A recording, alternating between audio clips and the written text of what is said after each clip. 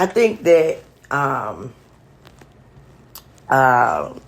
what's going on, y'all? What's going on? Good morning. This is 5:59 a.m. in the hot morning on a cold day. I think that when I began to go to meetings and I see people of ethnicities that I would not dare that would think that would put substance in their body, I know then that addiction literally has no boundaries.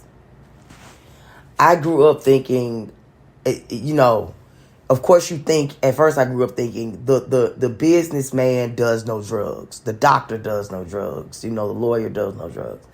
Come to find out, when I cracked the book of AA open, the lawyer does the drug. The doctor do the drug. The business owner does the drug. The pilot of the plane that drives them all does the drug. And then I get to go around the corner and go in these rooms and meet different people of all ethnicities, of all races, of all walks of life. I'm talking about black, gold, brown, yellow, orange. I'm talking about female, male, transgender, cisgender. I'm talking about, oh my gosh, I meet some of the most profound people in this walk. And I have to put it out there. I have to make it known. It is a great deal. It's a great deal to me that here we are, right? And we're all standing in a room. Every single one of us is from a different walk of life, and yet we walked off the same slab. We walked off the same slab. Somehow, different walks of life, different languages. Babylon, the tower in Babylon apparently did not split us up enough, because somehow we found each other right back on the ship of addiction. Man, I think I'm gonna do some asking questions today. I think that I'm going to walk around and I'm going to ask people if they just want to answer some questions for me about what was their original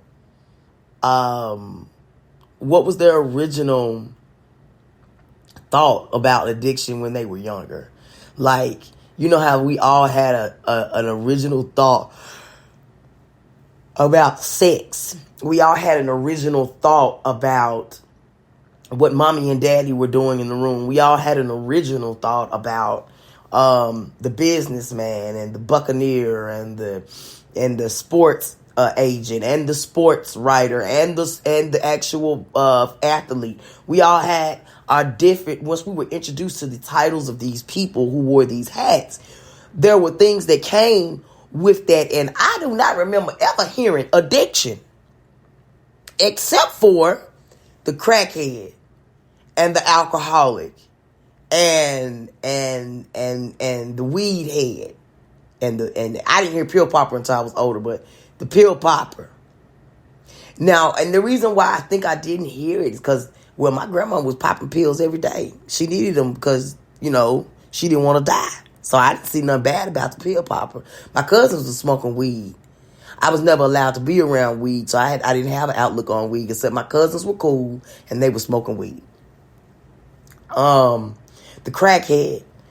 There was a crackhead in our family, but he was always bringing me tacos and stuff. So I didn't look at the crackhead as too bad. I just knew that I didn't want to be a crackhead, but we all loved the crackhead in our family. Oh my God. Rest in peace. Mike. And he didn't die off crack. He died from alcohol. I, ooh, that just shattered my soul. That calmed me down. Y'all can hear it in my voice. That dulled me for a minute. But I never, man, that was a tragic situation. I have really lost some people in this walk called addiction. Seriously. And I was sitting up here looking at this guy who made this, man, they called me all the way down, didn't it? I was sitting up here looking at this guy who he took the song that Designer did about Timmy Tuner, and he showed the different aspects of Timmy Tuner. You know, Timmy Turner. I was looking for a burner. You know,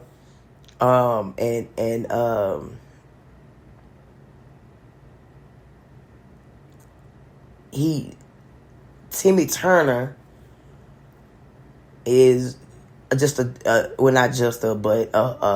person that's in the hood that's looking for a burner, because a burner will help you get rid of people who have money that you want. And Timmy Turner runs up on, in this particular story, he runs up on a man that has money that he wants, and this man has this money and a child in the home, and so Timmy ends up killing the child and the mother. The reason why I bring this up is because the story emotionally touched me when after he shot the father, he shot the daughter just simply because she saw him. But Timmy Turner didn't see the family member that walked back in the house. And the family member was a fellow person that also lived in the hood. And so what he did is now the way that this guy got this money is because they was dealing drugs. You know what I'm saying? And this guy was a big drug dealer, but the guy that he shot happened to be his father and his little sister.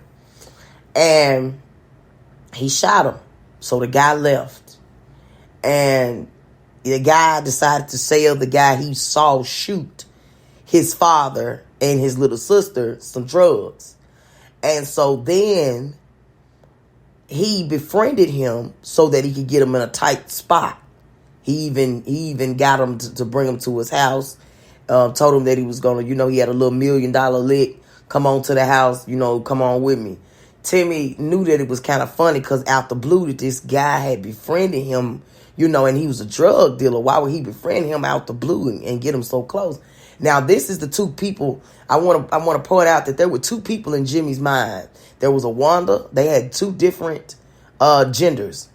So there was a Wanda, and then I forget the name of the alter ego of the male, but there was a male. And the male was very cynical. Hey, man, your mama ain't making it. You got to get out here and get it. You got to get out here and find it. And Wanda was like, hey, man, don't be stupid, Timmy, but, we do got to eat. So Wanda was the softer part of Jimmy, and then you had the other guy who was the cynical, but he was the mindset of Jimmy that actually wanted to protect Jimmy. He just wanted to do it the way that everybody else had done it. And he was trying to give Jimmy some street smarts. And Wanda, on the other end, once she had got some money in front of her, the side of Jimmy, then she was cool. She was going for anything. And so now the way that this plays out is insane. But not so that I don't go so far and lose you. This shows you what the addiction does to the person selling the addiction and what it does to the person in the addiction. And the two very common factors is it kills families. So here we are in America where drugs are the highest. I don't care if they are illegal drugs. I don't care if they are legal drugs. I don't care if they are even if they are herbal drugs. It is the highest next to sports. It is the highest amount of income we have in America. Drugs. Now, the thing about drugs, when we put them into our body, they alter us. Now, whether they alter us mentally, physically, spiritually, they alter us.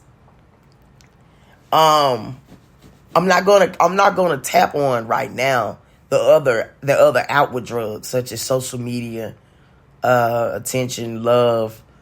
I just found a new addiction I have to shopping. I never had that when I was younger. Hell, I didn't even dress well when I was younger, and when I was younger and when I was in my addiction. There were times I dressed well, but not all the time, I guess, not to speak.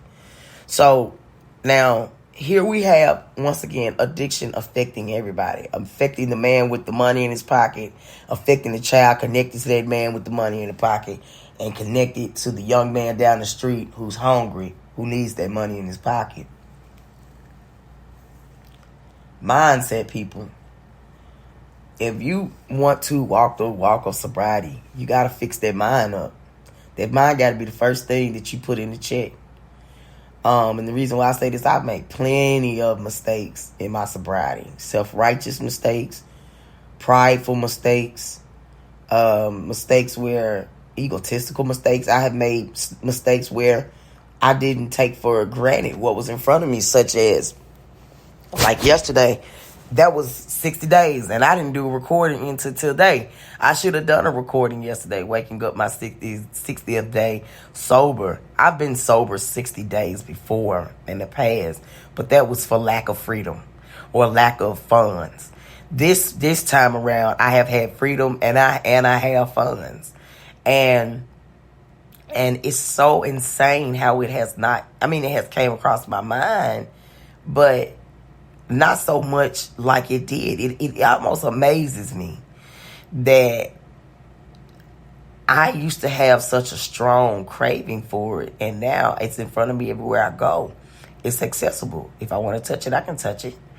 If I want to touch it and give it to somebody else, I can touch it and give it to somebody else. But have I craved to put it in my body? You damn skippy, I have. Have I put it in my body? I have not. And so that's what I mean by the mistakes I have made. Like, I thought all of those other things really matter. Oh, I can't be around it. No, you can be around it. Oh, man, I can't touch it. No, man, you can touch it. Oh, man, I can't crave it, man. And that's real bad. No, man, you could crave it. Just don't put it in your body. That's the whole situation. When you put it in your body, the alteration begins. You are altered from the time that it touches your taste buds to the time you piss it out. You are altered. Addiction cares about nobody. Addiction cares about no one. Addiction does not care who you are. It does not care what age you are. It does not care what color you are. It does not care about your creed. It does not care about your upbringing or your parents' upbringing or the old religion or the new religion. It does not care about spirituality. It does not care about sexuality. It does not care about what color's on the top of your head or what type of follicles you got running all the way to the bottom of your feet. It does not care. If it wants you, it will get you if you let it. If it wants to, it will get you if you let it. The strongest feeling and that I had when I was watching this documentary, this song documentary of Timmy Tuner, was like watching this young man want to kill himself because he killed another young life, and he had a heart. You know, he got a family too. That's what the girl Wanda in his alter ego Wanda was telling him. Like, you got a whole family. Like, what if somebody was standing there and they killed your sister? And you know, I wonder. Sometimes it was kind of crazy. I just thought about this. It hadn't even dawned on me until I started talking now. But my friend Tim, who just died, because when I heard this song the other day, I don't know. I heard it when I was younger, but it was just something about it. Like lately, like when I heard it now, it was like Timmy Turner. He was wishing for a burner. You know, I've just been singing it for like 2 or 3 days, not realizing that I'm actually singing the song of my friend's death. That I've been humming a song about my friend's death. I've seen all kinds of grief, and I I never thought I would grieve so healthy. I have my times where I cry, and that's okay. That was a good man. That was a life. He had a soul. It hurts. That makes me human, that I can feel pain. It doesn't make me weak. This is the self-talk that you're going to need on your walk to sobriety. Listen, I got 60 days. And if the good Lord see fit for me to lay my head down today, this has been the best 60 days of my entire life. Entire life. And yes, I have had some down days. I have hurt. I've been ashamed of myself. I've been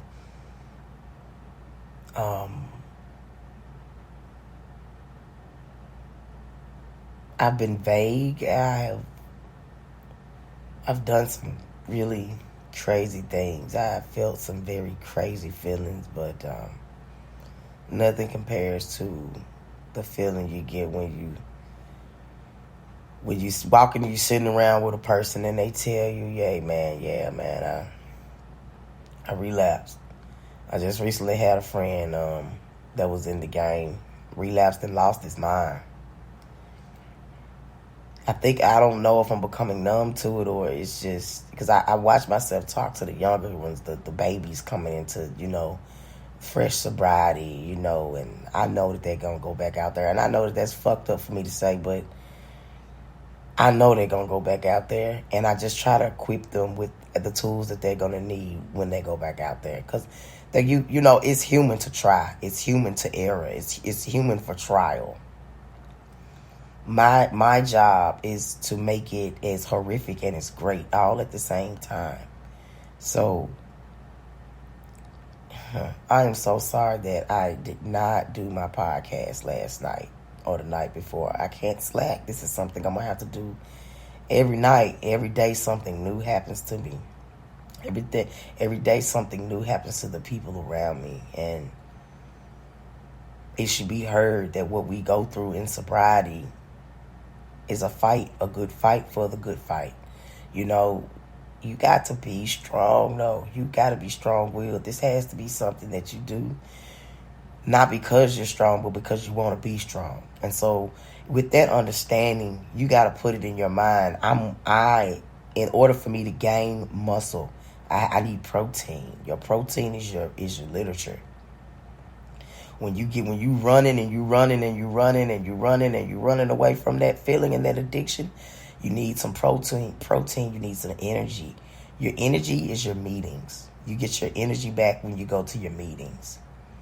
Then you need rest, which for some reason is hard for me to get tonight, which is why I'm up right now. But I'm going to make sure I get some rest today. I was supposed to go to another meeting today in church, but this is how it goes. Look, I didn't get enough rest tonight, so that means that I have to rest this next part of my day in order for me to go to a meeting tonight so that I can go to bed on time and be up in the morning to do what I need to do the next day.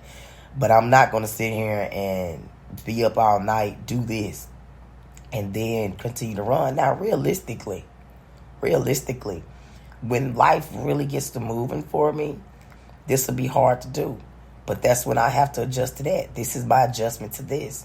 I make sure I get good sleep. I make sure I get something in my body. But as bad as I want to lose weight, and I've gained all of this sober weight, I eat. I eat no matter what, because if I don't have substance, I make sure I put myself around people.